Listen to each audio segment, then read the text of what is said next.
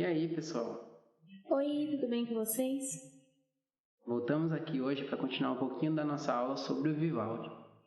Mas hoje vamos falar sobre o período barroco, período que Vivaldi viveu.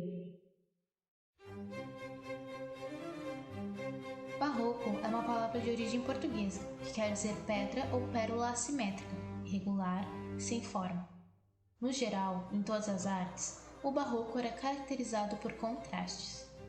O barroco iniciou em Trento, na Itália, no final do século XVI, mas teve seu epicentro em Roma, que, como consequência, tem a sua arquitetura essencialmente barroca e se espalhou por toda a Europa, adaptando-se conforme a cultura local. Durante esse período, os artistas eram censurados pelas igrejas, chegando até a serem perseguidos, o que ajudou no desenvolvimento do estilo. Isso aconteceu por conta da reforma protestante luterana. A Igreja Católica se apoiava em obras de artes para expressar sua fé, enquanto os luteranos acreditavam que a arte alimentava o regresso, fazendo com que as pessoas se identificassem com falsos ídolos.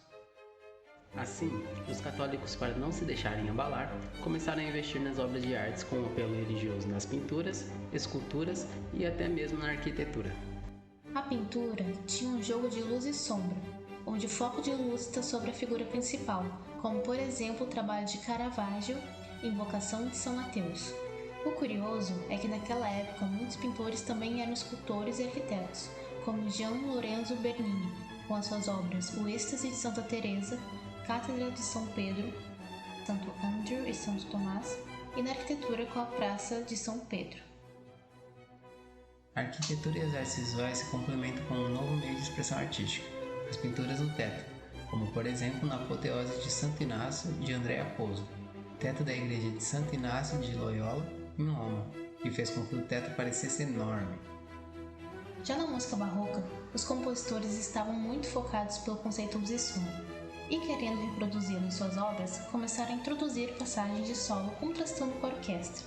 Isso considerando que naquela época a apresentação orquestral recém tinha se estabelecido como norma. Vamos observar.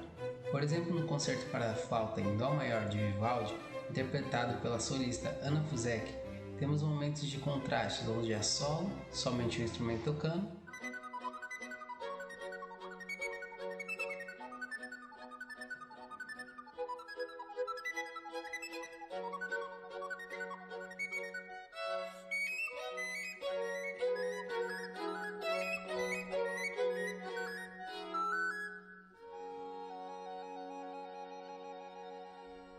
e o tútil, momento em que todos os instrumentos da orquestra tocam juntos.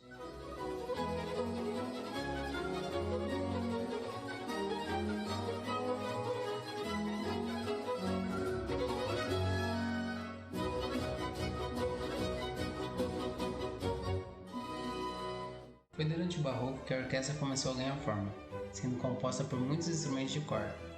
A viola da gamba, instrumento de corda friccionadas mais comum da época, perdeu espaço para a família dos violinos.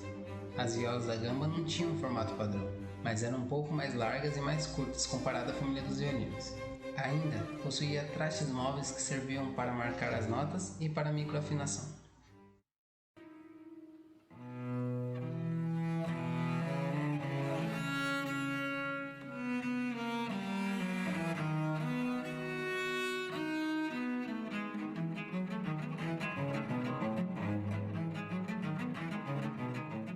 Os instrumentos de sopro tinham buracos para a digitação das notas, parecidos com o da flauta doce, diferente de hoje em dia, onde usamos o sistema de chaves nos instrumentos da família das madeiras e o sistema de pisto na família dos metais.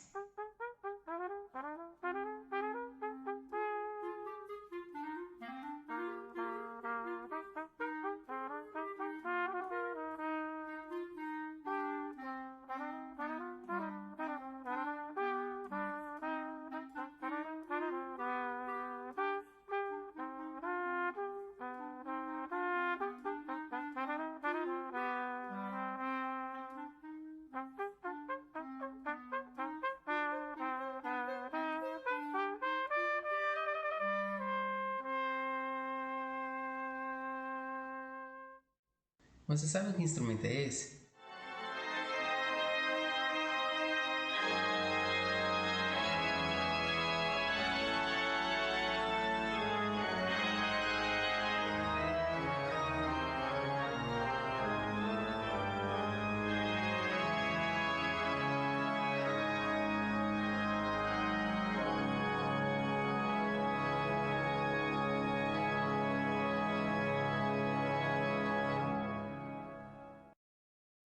Esse instrumento se chama órgão, e a principal diferença dele para o piano é a forma como o som é produzido. No órgão, existem foles que sopram o ar através dos tubos de madeira ou metal, e eles são acionados quando pressionamos as teclas.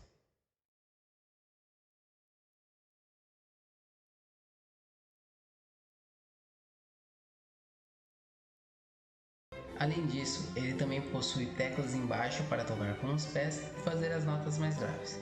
Mas o piano também não tem tecla embaixo? Na verdade, o piano possui pedais, que auxiliam a tocar de outras formas, diferente do órgão que quando pisamos nas teclas, escutamos notas. Você sabia que os órgãos eram tão grandes que não podiam ser transportados? Por isso, eles ficavam nas igrejas. Outro instrumento bem parecido, que também não é o piano, é o cravo. Nesse, quando apertamos as teclas, as cordas são pinçadas, como se puxássemos com os dedos. Entretanto, sua mecânica impossibilitava a mudança nas dinâmicas, ou seja, tocar mais forte ou mais fraco.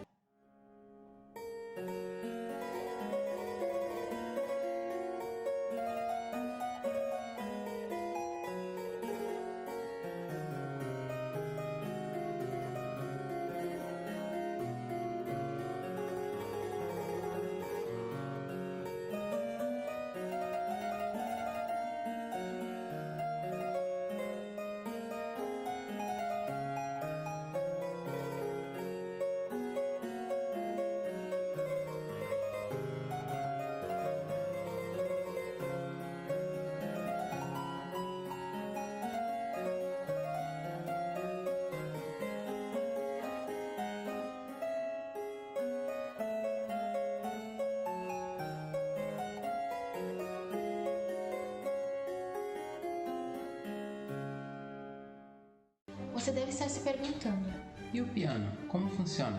foi pensando em tornar possível um músico controlar as dinâmicas que o piano foi criado. Ele possui em sua parte interna pequenos martelos, que batem nas cordas, gerando o som.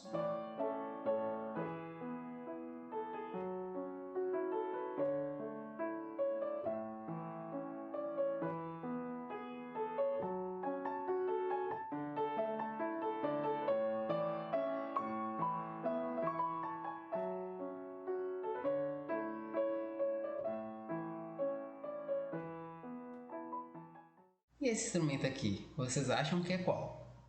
Bom, esse instrumento se chama alaúde. Suas principais características são seu formato de meia pera, construído com várias tiras de madeira, os trastes móveis, iguais ao da viola da gamba, e no final do seu braço uma inclinação. Mas se você respondeu violão, muito bem! O alaúde é o antecessor do violão, que foi sendo aprimorado até chegar no violão que conhecemos hoje.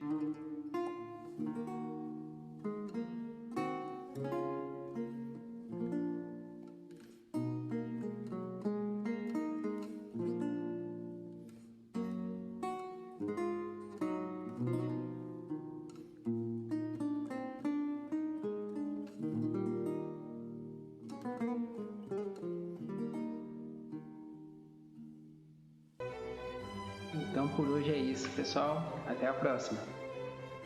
Isso aí. Até a próxima aula. Tchau, tchau.